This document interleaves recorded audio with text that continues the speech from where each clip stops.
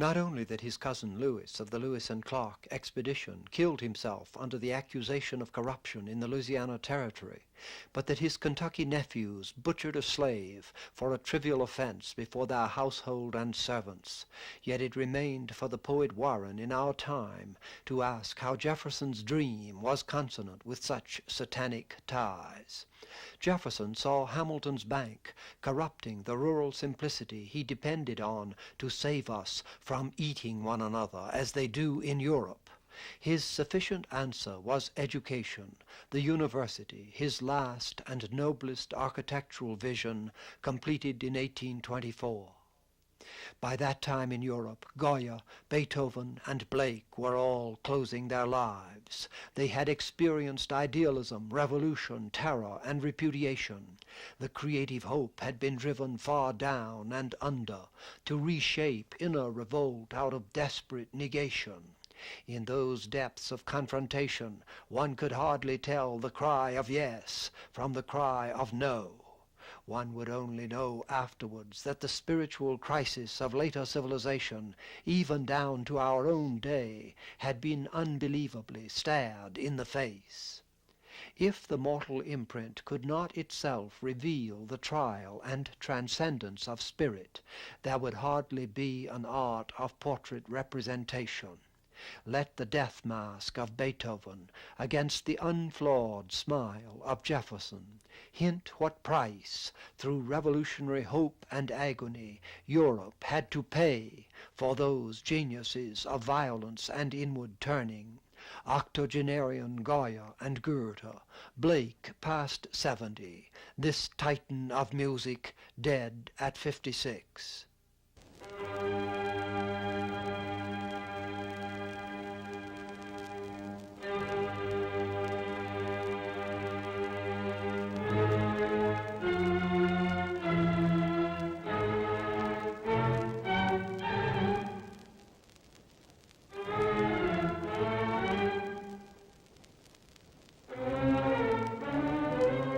Still shaking the fist of the last great fugue at a thundering sky.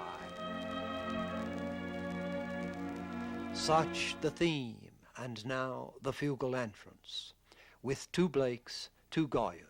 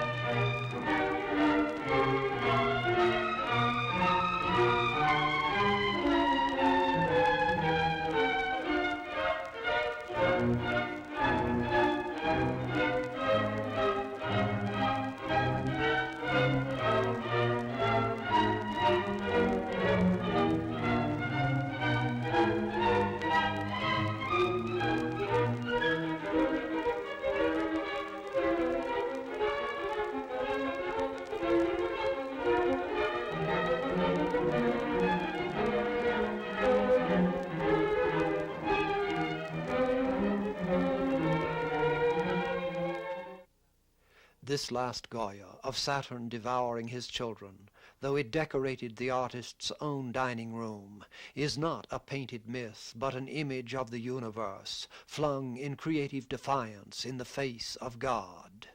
Jefferson was in a position to have looked at it and said, "I see what you mean." But would he have looked? "I will not believe," he wrote to Adams, September 12, 1821, "that our labors are lost."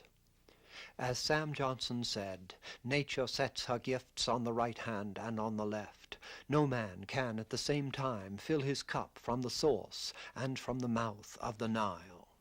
The liberal hope and future of Spain was ploughed into the Peninsular Campaign and the making of Goya. Useless and preposterous, Jefferson would have said, to buy art at such a cost. Was not his the immunity for which Goethe would congratulate the New World, 1827, America, du hast es besser.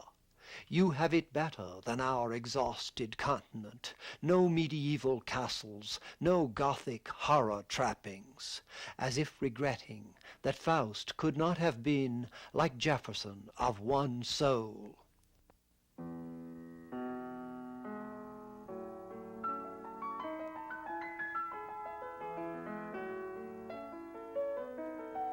But already Rip Van Winkle waked from his long sleep to federal politics and the almighty dollar, felt a nostalgia for the dreamy past. As outward confidence waned, our art too would shape inner realms. Even New Orleans Gottschalk to compose Ossian ballades. So Cole's 1833 Titan goblet, with cities above on the Platonic brim, and darker ones on the rock bays below. Who knows what it can mean, but the longing beyond what is? Such a haunted mood as in Hawthorne's story of Dr. Heidegger's experiment, with its other goblets and vase brimming with water from the fountain of youth, which rejuvenates the faded widow and her three ancient rivals, her warm breath fanning each of their faces by turns. Yet the tall mirror is said to have reflected the figures of the three old, grey, withered grandsires, ridiculously contending for the skinny ugliness of a shriveled grandame. For all Goethe's advice, we had still to face our demons within and without. Maybe Charles Brockden Brown had given a hint just before 1800 in the Wieland, that fantastical father's death in the agony of putrefaction after the flaming visit of his god is not just Gothic fashion. It means something, and what it means is hardly enlightenment. Not even Poe is an isolated caprice. Melville was preordained to set himself where Goya had stood, and Ryder's Flying Dutchman, another of those hideous and intolerable allegories, might have been informed by Moby Dick. This whole act is immutably decreed. 'Twas rehearsed by thee and me a billion years before this ocean rolled. Our great triumph, the political structure, framed by the counterpoise of checks and balances for a citizenry of worth and with the fortune of an expanding frontier, was a vault of minimal law, irrespective of economics, health, the media, Platonic wholeness, or utopian plan. Some 1500 noble school of Athens, where all sorts and conditions of men could live in abstract legal equality, poor and rich, slave even and free, unspecified. Though Rousseau had warned, and Paine and Jefferson echoed him, that in states of economic disparity, legal right only serves to keep the poor in misery and support the rich in their usurpations.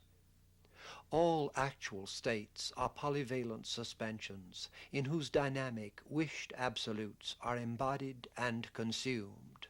From the radiance of an America spreading over a continent and through 4 centuries, what blessings shall we affirm, what threatened values crown? The constitutional documents, with the court cases that almost made them real, have no art sign more compelling than the shaded lawns of an American avenue, where brick and clapboard dwellings claim the equality of the Commonwealth. Yet from the merchant port of Salem, Hawthorne under the eaves, searching darker symbols, through Philadelphia, along the Delaware, Annapolis, Georgetown, Charleston, to Natchez, and north with the first frontier to Madison, if ever the tree of time bore richer fruit, comes the backlash of our opulence, to float a dream of lawns and houses down the main line. We slag earth's ocean to a dying pool. Like the rest of the world, we were bound to come to grips with the specter of our fate, though our fate is not yet clear. Here the worst evidence. After 1830, American busts, even of artists, this the painter Trumbull, too often have that Roman look of self-righteous corruption which Lyndon Johnson exemplified in our time. D.H. Lawrence in 1924 purported to find the real American hidden in the books of Cooper, Hawthorne, and the rest. He says of Deerslayer, "All the other stuff, the love, the democracy, the floundering into lust, is a sort of byplay. The essential American soul is hard, isolate, stoic, and a killer. It has never yet melted, and when this man breaks from his static isolation, makes a new move, then look out, something will be happening." And of Moby Dick, Melville knew. He knew his race was doomed, his white soul doomed, his great white epoch doomed, himself doomed, the idealist doomed, the spirit doomed, not so much bound to any haven ahead as rushing from all havens astern. I have searched American portraits and found none to fit the suicidal killer described by Lawrence, only a German, Otto Müller, from the pre-Nazi bitterness after the First World War. Maybe Lawrence, as so often, was projecting the European pain of the years in which he wrote, while the United States, pursuing its manifest destiny in the Indian West, went on toying with Hick's peaceable kingdom.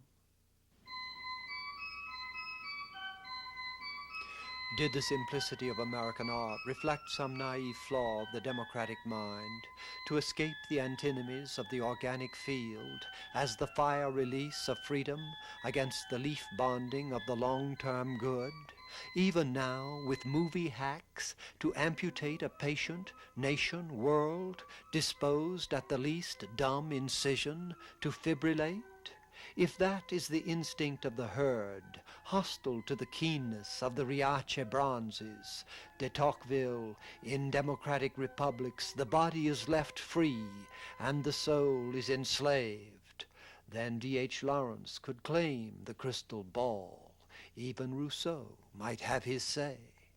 On peut acquérir la liberté, mais on ne la recouvre jamais. Liberty may be acquired, but recovered never. 200 years of incarnate vision, earth quickened toward entropic ruin. This is the America that wrings our hearts.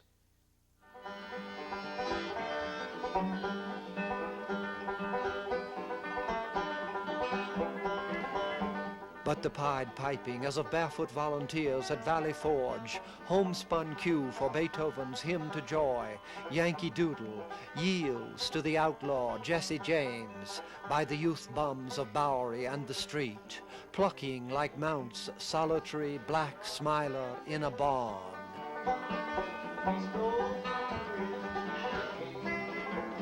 Has another humanity been at work under the march of America? And even at this 9th hour, can the humor of Franklin, Melville, and Twain, the wry humor of Chaplin, come to our aid? As Galway Canal closes the book of nightmares, on the body, on the blued flesh, when it is laid out, see if you can find the one flea which is laughing.